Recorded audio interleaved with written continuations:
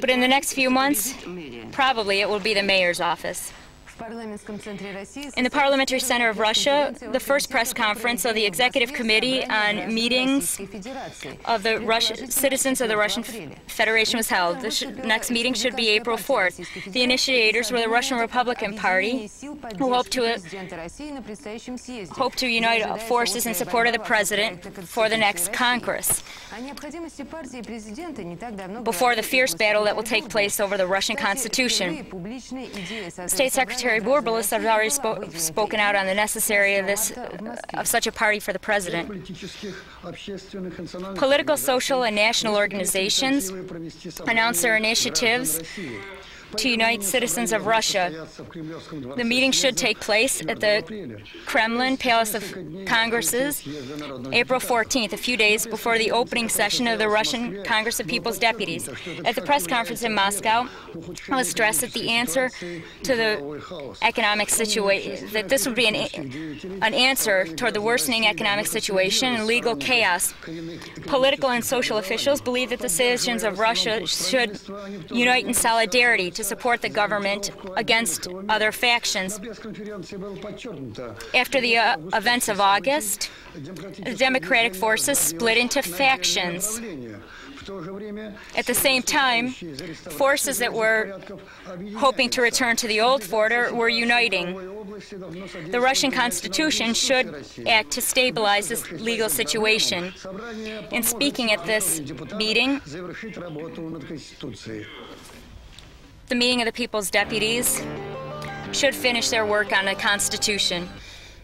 In the next few days, the next UN group of inspectors will fly to Iraq to destroy the equipment producing ballistic missiles. This question was discussed today at the UN.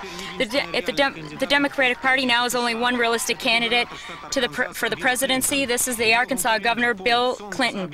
His rival, Paul Tsongas, announced that he will be dropping out of the primaries today due to a lack of finances. Our protest versus the economic reforms of President of Venezuela, Paris. Lower-income families and students were represented at these protests. They demanded the immediate resignation of the heads of state and the release of the heads of the military coup. Israel blockaded the Gaza Strip in connection with the terrorist acts versus Israeli citizens. On the other hand, in Tel Aviv, police are trying to protect Palestinians against Israeli extremist organizations. There were demonstrations in Paris today, various organizations versus the Alternational Front. The demonstrators were mostly young people who had led rallies in front of the Le Pen's National Front building. Today in the Japanese city of Asakara, a right-wing terrorist made an assassination attempt on one of the ranking officials, the deputy director of the Liberal Democratic Party, Sina Kanemaru. The assassins fired 3 shots from 5 meters away. Kanemaru fell to the floor. However, it was learned later that he did not suffer. The terrorists were arrested on site. Reconstruction will take place under their own conditions, the Chinese announced, based on the experimental models of other countries. This should tell you a little bit about the atmosphere today at the first meeting of the annual session of the Chinese Parliament. About 3,000 deputies met in Peking to discuss today's agenda. The heads of the Chinese discussed the programs of Deng Xiaoping, the 80-year-old architect of Chinese reforms. He himself did not attend. Li Pen reported for him and said that under the current social situation and shocks, it is impossible to continue any reforms or develop the economy. Order brings prosperity. Chaos does not. Human rights were also discussed. Li Pen noted that China is interested in an international discussion on the question. However, it is against criticism and models to correct this situation. He stressed that the Chinese government supports its relations with all the former republics on the basis of equal rights and mutual advantage. As we've already told you, Yugoslavia will soon receive the first Russian battalion under UN peacekeeping forces. You'll receive the details from our correspondent. Here, in the eastern region in the cities of Slavonia and Bukovar, which have seen the fiercest battle in the war, in 2 weeks, Belgian, Luxembourgian, and Russian forces under joint UN forces will arrive and begin peacekeeping. Here's a base for housing, which will house 10 officers of the Russian paratroop regiment. The new commander of the eastern sector is now Alexander Khormchenko, who, due to problems pronouncing his name, local residents call him simply Colonel Alexander. What tasks do you see for the Russian battalion? This is first and foremost to maintain order, to stop armed conflicts in the area, and to create the possibility to return refugees to their villages, their enclaves. There are currently over 60,000 refugees from both sides. We'll also begin controlled services at all points without weapons. No, in order to, according with the UN Charter, we have the right to bear arms, but light arms. What advantage will this hold for our country? The fact that a Russian battalion is here. Our battalion will receive about $170,000 per year for our services. Now, Colonel Khormchenko will be assisted in headquarters by Belgian, Dutch, and other officers. During the complex negotiations, they will daily meet the dead in the cities and snipers in this zone. The morale of society can be measured by the position of children and invalids. There is currently a critical situation in Russia. The women of Russia are currently entering a protest to the heads of the Commonwealth in connection with the increased prices in the Libanco Sadu, which were leading to incidents where kindergartens and other places may be sold to foreign films and associations. Children need a normal childhood. They are our future.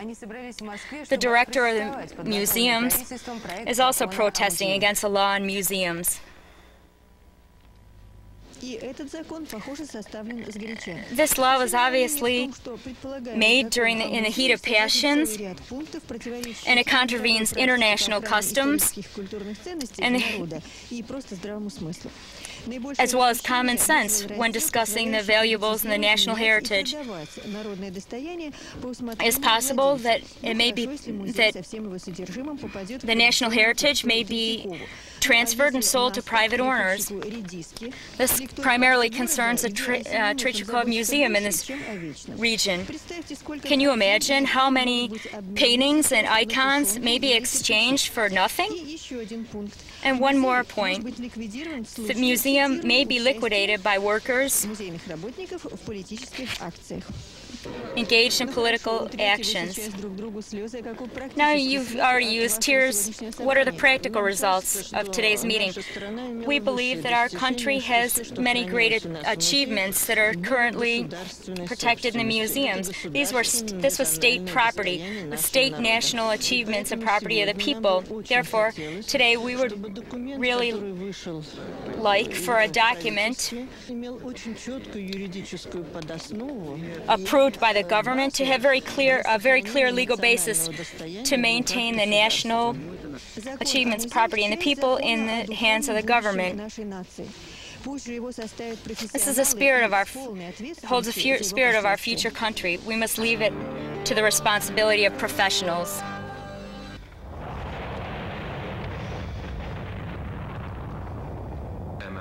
MMM. These are lowest ruble prices and a guarantee against any defect.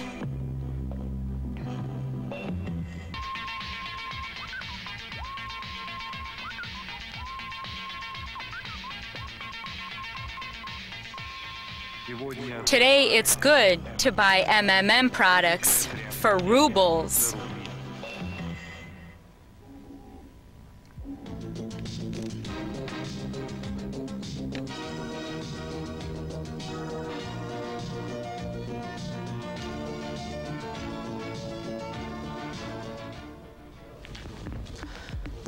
Good evening. There was a positive developments today, positive resolution of the question of whether or not the former USSR athletes will participate in the Summer Olympics in Barcelona. Today, representatives of sport committees of the Commonwealth and Georgia met in Novogorsk today. The main task was to prepare the financing for the national team.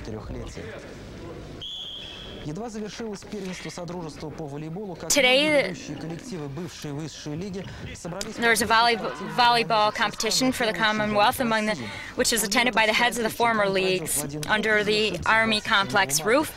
The first Russian, this opened the first Russian championship. And there will be a very quick first round, which will end March 27th, which will decide the right of the four best teams to compete in the